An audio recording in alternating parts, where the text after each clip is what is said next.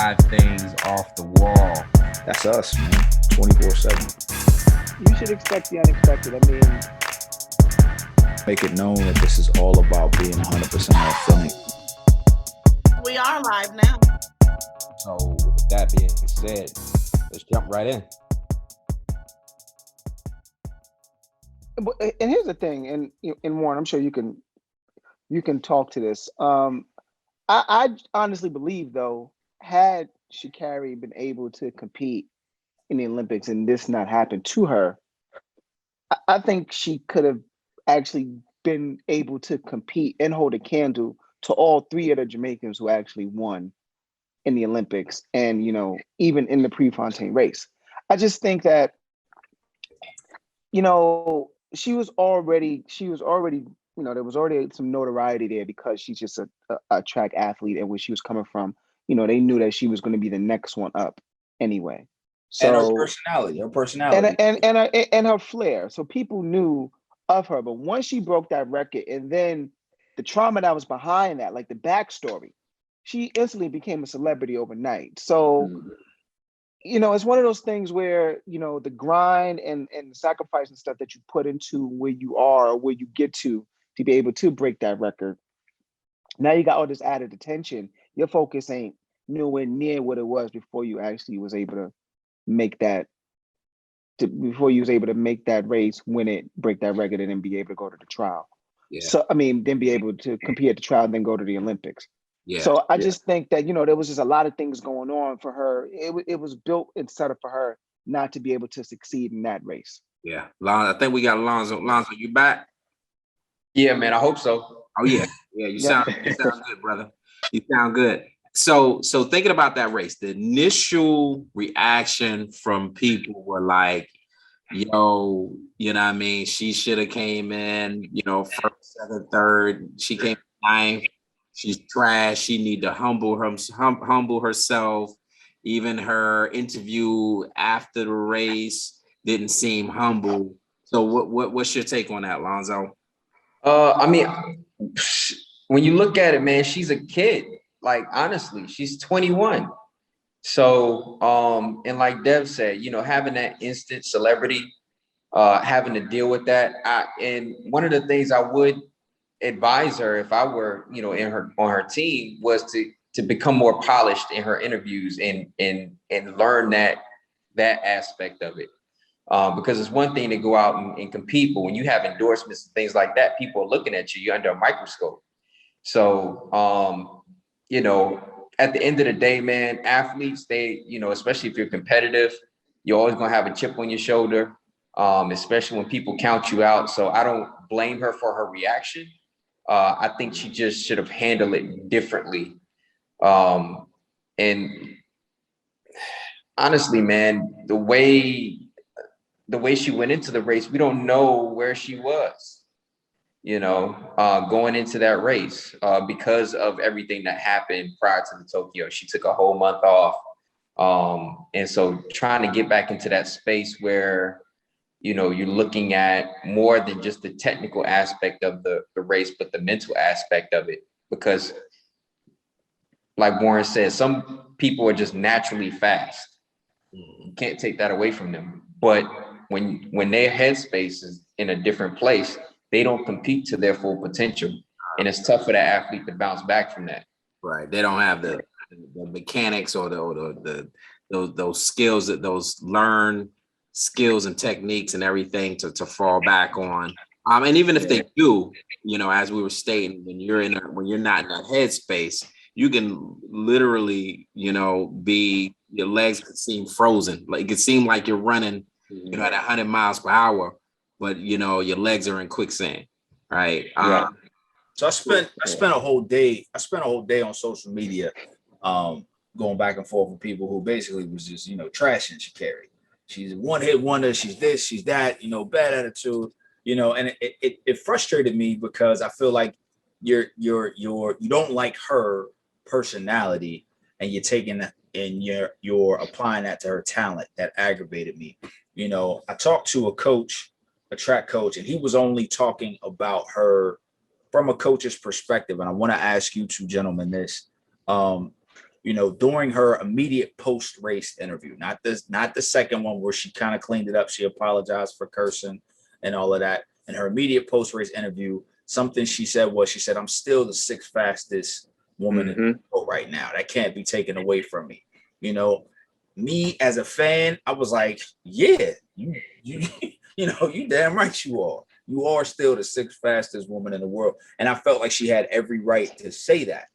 I talked to the coach and he was like, if I was her coach, I would immediately be in her ear to say, you're worried about past accolades and you're not looking forward, and I started to think about it. I always tell my kids, when they're running and they want to beat my son was playing football.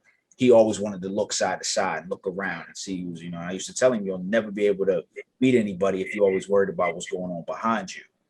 And when he said that, that immediately made me think of that. What do you all think about that portion of her attitude? Do you feel like she was wrong for stating that, or? Lonzo, you want to go first? You want me to go first? Man, I'm gonna keep it brief, man. To be honest with you, yes, she is the sixth fastest, but people PR and they never, whatever your PR is, chances are you don't ever get back there depending on how well you train, because our bodies have limits. As people say, the sun shines on the dog's butt every once in a while or whatnot. Can she run faster? Perhaps. Who knows? But at the end of the day, man, humble or not, man, like I said, man, athletes, they compete with a chip on their shoulder.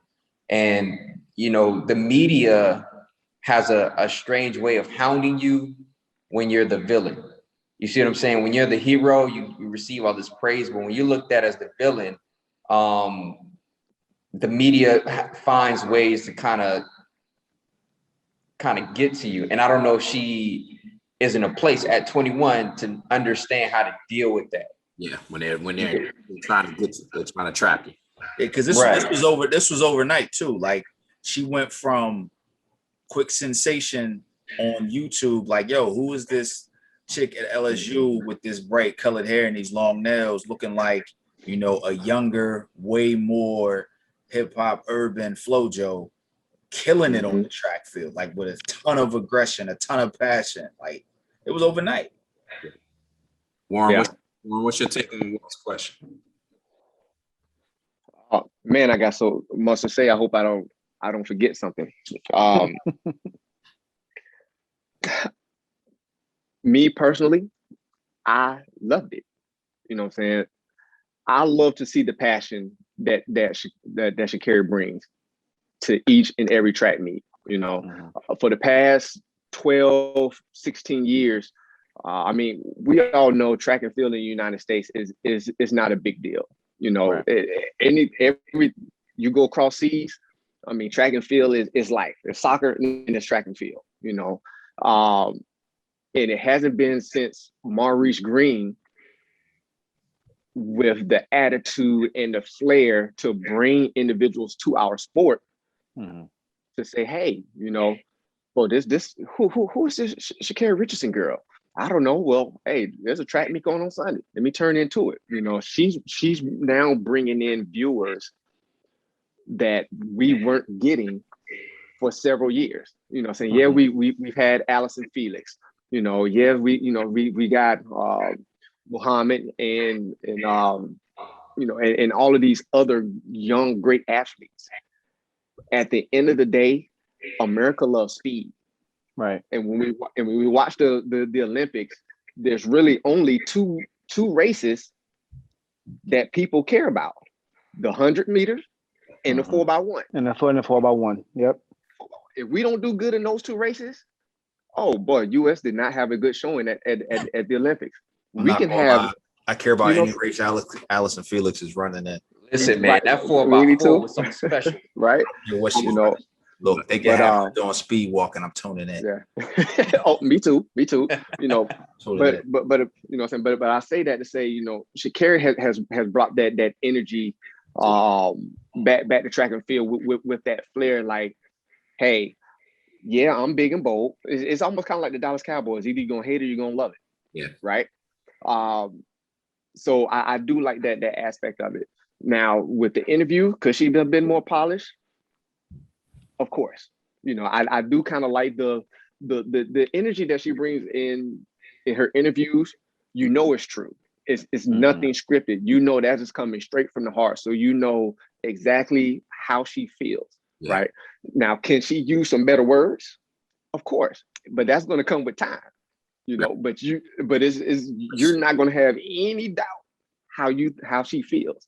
And at the end of the day, when she made that statement, "I'm the 6th fastest person in the world," I didn't have no problem with her saying that as well, because you know everybody said, "Well, you got to show up when the meet counts."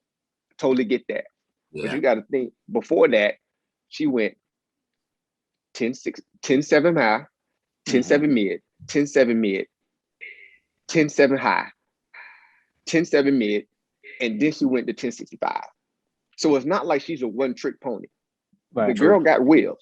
You know what I mean? So to say that, you know, she's, you know, will she break the record? Who knows? Now, Lane Thompson, hey, she might get it next year. Hey, Warren, but you know what? You said something that was interesting, right? Who she is now. Brother, it's the flair.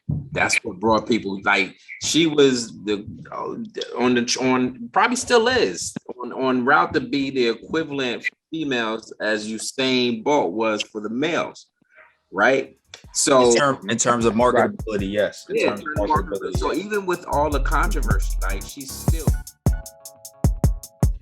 Yo, if you haven't, please take a moment to like, subscribe, and follow 5 Things Off the Wall on all platforms.